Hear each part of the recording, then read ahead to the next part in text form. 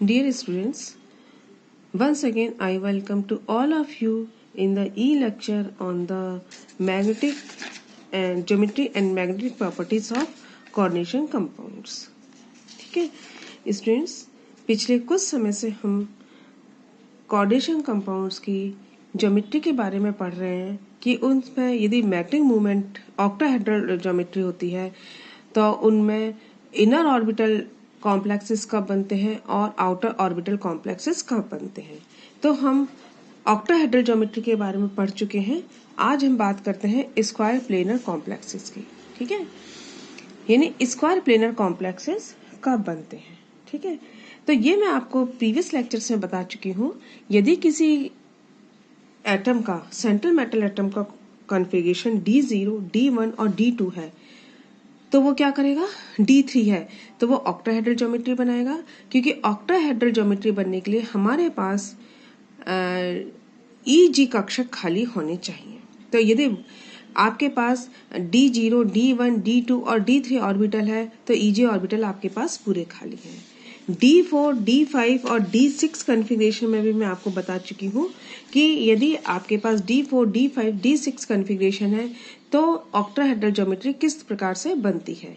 Hybridisation के द्वारा वो EG ऑर्बिटल पहले खाली करवाते हैं, फिर D2 sp3 या sp3 D2 हाइब्रिडाइजेशन होता है और उसके कारण आपके पास ऑक्टाहेड्रल ज्योमेट्री बनती है। ठीक है, आज उसी कड़ी में अपन बात करते हैं स्क्वायर प्लेनर कॉम्प्लेक्सेस की।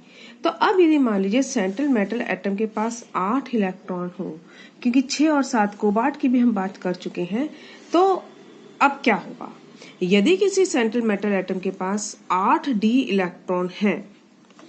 ठीक है, यानी उसका कॉन्फ़िगरेशन कैसा है, D8 कॉन्फ़िगरेशन है। तो D8 कॉन्फ़िगरेशन देखो इस तरीके से होगा। ये हो गया आपका, यदि D की यदि मैं आपसे बात करूं तो 1, 2, 3, 4 and 5, 1, 2, 3, 4, 5, 6, 7, 8। ये यदि आपका D8 कॉन्फ़िगरेशन है तो D8 कॉन्फ़िगरेशन में देखिए कि ये 3 तो आपके पूरे भरे हुए हैं, T2G ऑर्बिटल पेयर्ड है, लेकिन ये EG ऑर्बिटल भी आपके पास सिंगली पेयर्ड है। और हमें क्या चाहिए, हमें दो EG ऑर्बिटल खाली चाहिए। तो जैसे कि अपन ऑक्टाहेड्रल ज्योमेट्री में कहते हैं, यदि ये मान लीजिए पेयरिंग यहाँ पे हो भी जाए तो अभी क्या है, आपको एक EG ऑर्बिटल ही एक ही EG ऑर्बिटल खाली मिलेगा। दूसरी पॉसिबिलिटी अपनी क्या होती है, जैसे कि अपन ने कोबाल्ट में देखा था, ये आपके पास क्या है, 3D के बाद 4s है, ये 4p है, जो कि कैसे हैं, पूरे खाली है। और फिर ये कैसा है आपके पास 4D कक्षक, 4D कक्षक भी क्या है आपके पास पूरा का पूरा खाली है। तो एक पॉसिबिलिटी क्या होती है कि ये दोनों इलेक्ट्रॉन 4D में क्रमोन्नत हो जाए।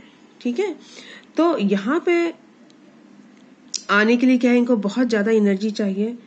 ठीक है, तो जनरली क्या है, इतनी एनर्जी अपने को मिलती नहीं है, बहुत ज्यादा ऊर्जा की आवश्यकता पड़ेगी। ठीक है, तो इतनी ऊर्जा अपने को बॉन्डिंग में मिलती नहीं है।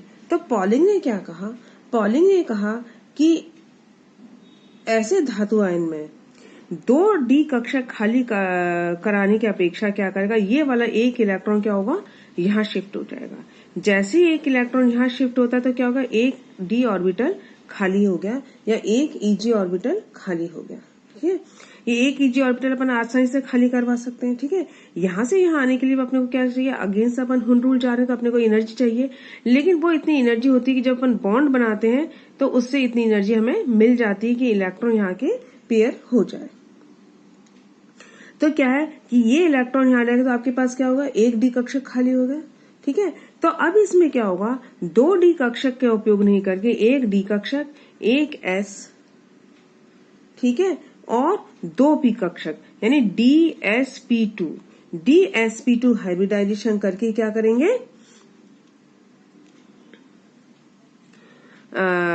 एक मतलब क्या, स्क्वायर प्लेनर ज्योमेट्री बनाएंगे। ठीक है, तो यहाँ पे अपन क्या कह सकते हैं, ये जो आपको बता रही थी, यदि सेंट्रल मेटल आयन के पास 8 इलेक्ट्रॉन्स हो या D8 कॉन्फ़िगरेशन हो तो 2D कक्षक संक्रमण के लिए उपलब्ध नहीं हो सकते। अतः ये D2 sp3 संकरण द्वारा ऑक्टाहेड्रल कॉम्प्लेक्सेस नहीं बना सकते, क्योंकि Eg कक्षकों को खाली करने के लिए 2 इलेक्ट्रॉन्स को उच्च ऊर्जा स्तर में क्रमोन्नत करना पड़ेगा, जिसके लिए बहुत एनर्जी की आवश्यकता होती है। ठीक है, तो पॉलिंग के अनुसार ऐसी अवस्था में धातु आयन 2 खाली डी कक्षक उपलब्ध कराने की अपेक्षा अपने एक डी कक्षक का संकरण प्रयोग करके 4 समतुल्य DsP2 संकरण बना लेते हैं, है ना, और जो एक वर्ग के कोनों की ओर ओरिएंटेड होते हैं। ठीक है, अब आप ये कहोगे कि 4 तो sp3 में भी हो सकते हैं, इसके लिए डी की आवश्यकता ही क्या है? तो ऐसा है, जहां तक एटम के लिए पॉसिबल होगा वो sp3 की अपेक्षा DsP2 संकरण ज्यादा प्रीफर करेगी। मैं आपको बता चुकी, यदि एक डी कक्षक भी उसके पास खाली हुआ या किसी तरीके से वो खाली करवा सकती है तो DsP2 कक्षक बनेगा, ऑर्बिटल संकरण होगा, क्योंकि DsP2 संकरण से अपनी क्या बनेगी, स्क्वायर प्लेनर ज्योमेट्री बनती है, और sp3 से अपनी क्या बनती है, टेट्राहेड्रल ज्योमेट्री बनती है। लेकिन DsP2 संकरण जो हाइब्रिड ऑर्बिटल होते हैं वो sp3 हाइब्रिड ऑर्बिटल की अपेक्षा स्पेस में बहुत दूर तक ओरिएंटेड होते हैं। इस कारण ये लिगैंड के साथ ज्यादा स्ट्रॉन्ग बॉन्ड बना सकते हैं। सेकेंडली sp3 ऑर्बिटल्स में क्या है, sp3 हाइब्रिडाइजेशन में क्या है, हाँ, sp3 हाइब्रिडाइजेशन में टेट्राहेड्रल जो ज्योमेट्री बनती है उसमें जो लिगैंड होते हैं वो स्पेस से बहुत ज्यादा ओरिएंटेड नहीं होते। अब इसके लिए हम एग्जांपल क्या लेते हैं, निकेल का लेते हैं, निकेल +2। ठीक है, तो देखिए इसमें निकेल का इलेक्ट्रॉनिक कॉन्फ़िगरेशन क्या होता है, इलेक्ट्रॉनिक कॉन्फ़िगरेशन क्या होता है 28, एटॉमिक नंबर बोल दो आप, सॉरी एटॉमिक नंबर कितना होता है 28, और इसका इलेक्ट्रॉनिक कॉन्फ़िगरेशन कितना होता है, ये होगा आपका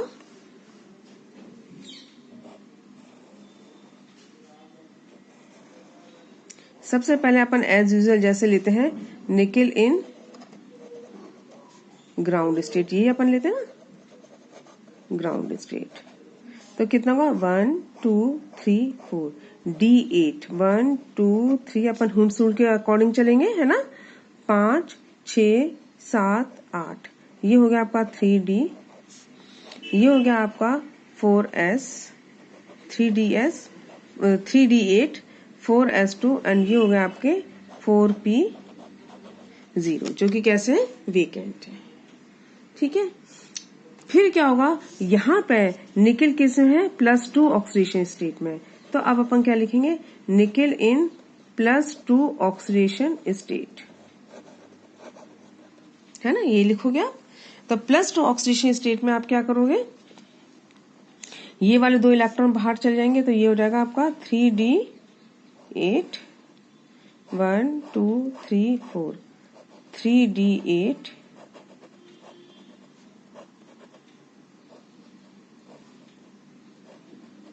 ठीक है, और ये हो जाएगा 4S0, और ये हो जाएंगे 4P2।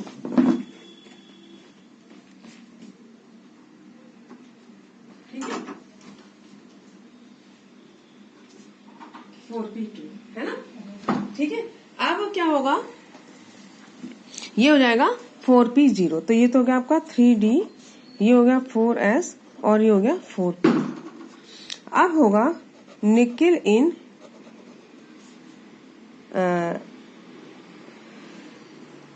+2 ऑक्सीडेशन स्टेट हो गया। अब आ जाएगा निकेल इन DsP2 हाइब्रिड स्टेट, तो DsP2 हाइब्रिड स्टेट का क्या होगा, नहीं सॉरी, हाँ, ये हो जाएगा एक इलेक्ट्रॉन 1 2 3 4 5 6, और ये हो गया। ठीक है, अब ये 4S खाली और ये 4P खाली, है ना, तो यहाँ पे क्या हुआ, एक इलेक्ट्रॉन यहाँ पे आ गया और इसके पास ये 1 2 3 4 ऑर्बिटल खाली हो गए, तो ये क्या करेंगे, आपस में हाइब्रिडाइजेशन करके क्या बना लेंगे, DsP2 हाइब्रिडाइजेशन। ठीक है, अब जब DsP2 हाइब्रिडाइजेशन बना लेंगे तो फिर क्या होगा, आपके पास कैसा जाए, कुछ इस तरीके की पिक्चर आ जाएगी। 1 2 3 4 ये हो गया एक, और ये हो गया 1 और 2। तो ये हो जाएगा आपका 1 2 3 4 5 6 7 8। ये आपका हो जाएगा DsP2 हाइब्रिड ऑर्बिटल, ये हो जाएगा DsP2 हाइब्रिड ऑर्बिटल, ये भी DsP2 हाइब्रिड ऑर्बिटल, और ये DsP2 हाइब्रिड ऑर्बिटल। ठीक है, ये क्या हो जाएगा, प्योर P हो जाएगा, और ये आपके प्योर D ऑर्बिटल हो जाएंगे, है ना। यानी ये आपका कैसा, ये चारों तो कैसे हो जाएंगे आपके 3D हो जाएगा, और ये हो जाएगा आपका 4P, और ये हो जाएंगे। अब आ जाएगा निकेल इन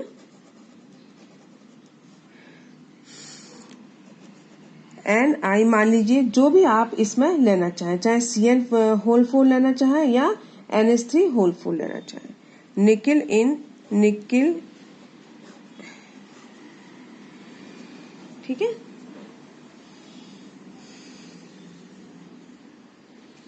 निकेल इन +2 ऑक्सीडेशन स्टेट।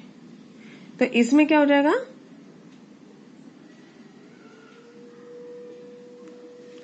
आप साइनेट की जगह पहले ये लीजिए, निकेल इन NH3 होल 4 +2, इसको लीजिए आप। तो ये क्या हो जाएगा, यहाँ पे 4 अमोनिया के मॉलिक्यूल, ये जो आपका ये था, ये हो जाएगा आपका 1 2 3 4। तो ये तो हो जाएंगे आपके 3D, ठीक है, ये हो गए 3D। ये हो जाएगा आपका DsP2, तो एक NH3 मॉलिक्यूल इसमें चला जाएगा, एक इसके साथ बॉन्ड बनाएगा, एक NH3 मॉलिक्यूल इसके साथ बॉन्ड बनाएगा, और 2 NH3 मॉलिक्यूल इसके साथ बॉन्ड बनाएंगे, कोऑर्डिनेशन बॉन्ड बनाएंगे, और ये आपका प्योर P ऑर्बिटल खाली रहेगा। तो ये हो जाएगा निकेल इन NiNH3 होल 4। ठीक है, अब जैसे कि अपन देखते हैं, आपको पता कैसे चलेगा कि ये जो है अपना सही है, तो अब सही है कि नहीं। तो जैसा कि मैं आपको बार बार बताती हूँ, इसके अपन इसको कंफर्म अपन कर सकते हैं मैग्नेटिक मूवमेंट से। मैग्नेटिक मूवमेंट में क्या होगा कि जब अपन इस कॉम्प्लेक्स का मैग्नेटिक मूवमेंट लेंगे तो कैसा आएगा, डायमैग्नेटिक कॉम्प्लेक्स आएगा। डायमैग्नेटिक कॉम्प्लेक्स जब भी हो सकता है जबकि ये जो 2 इलेक्ट्रॉन है ये यहाँ पे आके कैसे होंगे, ये वाला जो इलेक्ट्रॉन है वो कैसा हो जाएगा, पेयर अप हो जाएगा। यदि ये पेयर अप हो जाता है तो पूरा का पूरा कॉम्प्लेक्स अपने को कैसा मिलेगा, डायमैग्नेटिक मिलेगा। ठीक है, तो अब इसमें अपन क्या कह सकते हैं, ये जो कॉम्प्लेक्स होता है, इस कॉम्प्लेक्स का मैग्नेटिक मूवमेंट प्योर मेटल के मैग्नेटिक मूवमेंट से डिफरेंट होता है, क्योंकि प्योर मेटल में कैसा है, 2 अनपेयर्ड इलेक्ट्रॉन है, इसलिए 2 अनपेयर्ड इलेक्ट्रॉन के बराबर पैरामैग्नेटिज्म होता है, लेकिन यहाँ पे सब पेयर्ड होता है, इसलिए इसमें डायमैग्नेटिज्म होता है। ठीक है, अब मान लीजिए अपन ये कहते हैं यदि कॉम्प्लेक्स DsP2 नहीं होके कैसा होता, sp3 होता, तो sp3 होता तो क्या होता, ये वाला D कक्षक हाइब्रिडाइजेशन में पार्टिसिपेट ही नहीं करता, तो एक S और 3 P कक्षक मिलके क्या बनाते हैं, sp3 हाइब्रिड ऑर्बिटल बनाते हैं।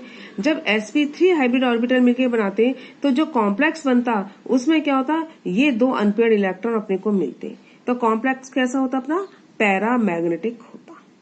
ठीक है, तो आप हमेशा ध्यान रखिए कि यदि आपके पास D8 कॉन्फ़िगरेशन है तो D8 कॉन्फ़िगरेशन में किसी भी मेटल की जो टेंडेंसी होगी वो क्या होगी, स्क्वायर प्लेनर ज्योमेट्री की होगी, क्योंकि square planar geometry tetrahedral geometry की अपेक्षा ज्यादा स्टेबल होती है। अब अपन एक D9 का कॉन्फ़िगरेशन है, जैसे कि अपन ने वहां कोबाल्ट में देखा था D7, ठीक है, तो यहाँ अपन यदि D9 का यदि कॉन्फ़िगरेशन लेते हैं, ठीक है, तो D9 में क्या है, कॉपर, सिल्वर और गोल्ड, जैसे कि कॉपर, सिल्वर एंड गोल्ड किस ऑक्सीडेशन में स्टेट होंगे, +2 में। ठीक है, तो ये आपका क्या होगा, D9 कॉन्फ़िगरेशन होगा। अब D9 इसमें D9 इलेक्ट्रॉनिक कॉन्फ़िगरेशन में कैसे होगा, देखिए अपन इस तरीके से करते हैं। D9 ये कॉन्फ़िगरेशन है मान लीजिए, ठीक है, ये आपके पास D9 कॉन्फ़िगरेशन है। 1 2 3 4 5 6 7 8 9। अब क्या होगा, अब तो आपके पास ये भी पॉसिबिलिटी नहीं कि इलेक्ट्रॉन यहाँ के पेयर्ड अप हो जाए, क्योंकि ये वाला भी क्या है, पूरा भरा हुआ है, ठीक है। तो अपन यही मान के चलते हैं, जैसे कि अपन ने पहले कहा था कि इसमें भी क्या होगा कि एक इलेक्ट्रॉन कहाँ चला जाएगा, 4p या 4d में चला जाता है, जैसे कि अपन ने कोबाल्ट के लिए करा था, है ना। 4s या 4p या 4d दोनों इसके पास खाली, इनमें भी चला जाएगा, ठीक है। तो इसके लिए देखिए अपन इसको ऐसा कर सकते हैं, जैसे मान लिए कॉपर इन, मैं आपको बता रही हूँ ग्राउंड स्टेट, ठीक है। तो कॉपर इन ग्राउंड स्टेट में तो क्या हो जाएगा, ये हो जाएगा 3 4, है ना। ये हो गया कॉपर इन ग्राउंड स्टेट।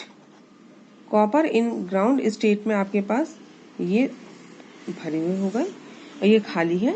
ये आपके पास 4s खाली है, ये आपके पास 4p खाली है, और ये आपके पास 4p या 4d, इनमें से 4d भी खाली है और 4p भी खाली है, ठीक है। अब क्या होगा, कॉपर इन एक्साइटेड स्टेट,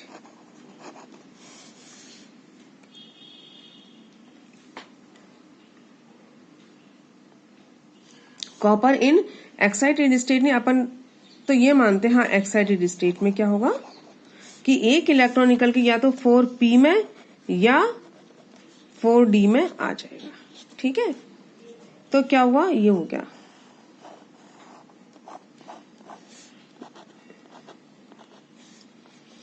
1 2 3 4 5 6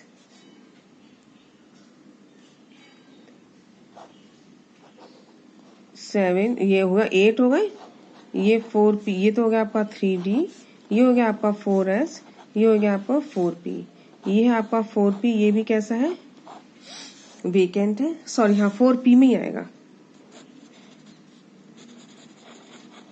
ठीक है। इलेक्ट्रॉन किस में आ जाएगा, एक 4p में, क्योंकि यहाँ पे एक 4p खाली है, 4d में नहीं आएगा, है ना। ये आपका इसमें आ गया। अब इसमें क्या होगा, एक इलेक्ट्रॉन यहाँ आ जाएगा, ये वाला इलेक्ट्रॉन यहाँ आ जाएगा। कोबाल्ट में तो क्या होगा, 4d में गया था, क्योंकि वो क्या था D2sp3, लेकिन यहाँ पे अपने पास DsP2 है, तो DsP2 में अपने पास एक 4p का ऑर्बिटल भी खाली है, तो ये एक इलेक्ट्रॉन क्या हुआ, यहाँ से यहाँ आ गया, ठीक है। तो ये इलेक्ट्रॉन खाली हो गया, ठीक है। अब कॉपर +2 ऑक्सीडेशन स्टेट, आप चाहो तो इस स्टेट को पहले लिख दीजिएगा, मैंने सिर्फ समझाने के लिए आपको बताया है। बाकी पहले क्या आएगा, कॉपर इन +2 ऑक्सीडेशन स्टेट हमेशा पहले आएगा, जैसे कि अपन लिखते आ रहे हैं, ठीक है। ये सिर्फ आपको मैंने समझाने के लिए बताया था। ये 4s के इलेक्ट्रॉन क्या हुआ, 4s के इलेक्ट्रॉन निकल गए, और ये ये इलेक्ट्रॉन किस में आ गया, इसमें आ गया। अब क्या हुआ, आपके पास ये ऑर्बिटल खाली है d का, DsP2, ये आ जाएंगे कॉपर इन DsP2 हाइब्रिड स्टेट। तो क्या होगा, ये हो गया, देखो ये आपका 3d था, ये 4s था, और ये 4p था। ये भी क्या है, 3d है, ये 4s है, और ये 4p है। तो 1 2 3 4 5 है ना, ये हो गया 1 2, और ये हो गया 1 2 3। ये आपके पास d ऑर्बिटल जो कि एक्साइट होके आया था, ठीक है। ये आपके पास फील्ड ऑर्बिटल है। अब क्या होगा, ये आपस में हाइब्रिड स्टेट होकर क्या बनाएंगे, DsP2 हाइब्रिडाइजेशन बनाएंगे। तो आपके पास A1 2 3 4 इक्विवेलेंट क्या हुआ, DsP2 हाइब्रिड ऑर्बिटल हो गए, ठीक है। और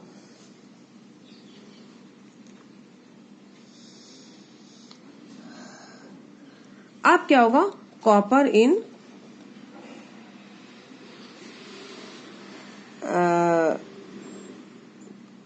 मान लीजिए कॉम्प्लेक्स स्टेट में होता है ना। तो कॉम्प्लेक्स स्टेट में आने के लिए आप जो चार इसके कॉम्प्लेक्स हैं वो क्या करेंगे,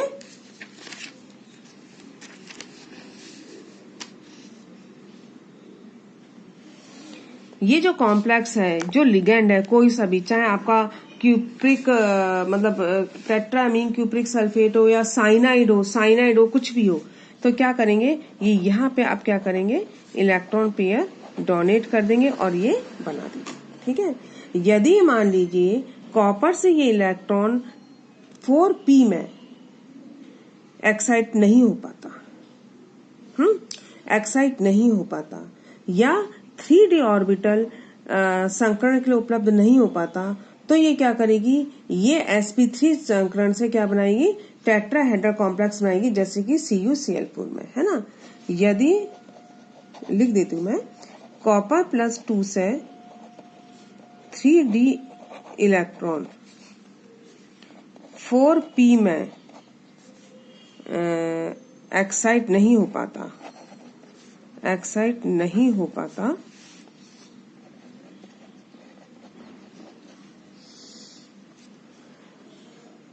या 3d कक्षक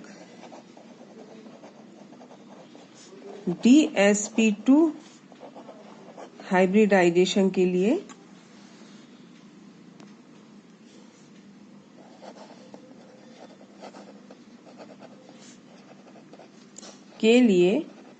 उपलब्ध नहीं हो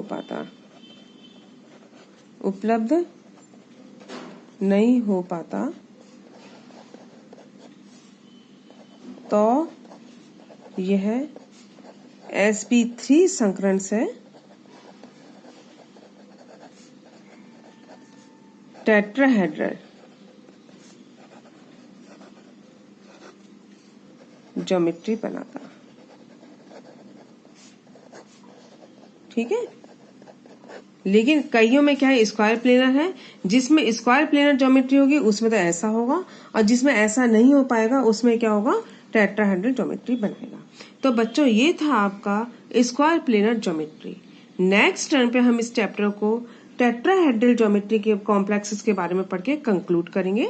टिल देन गुड बाय।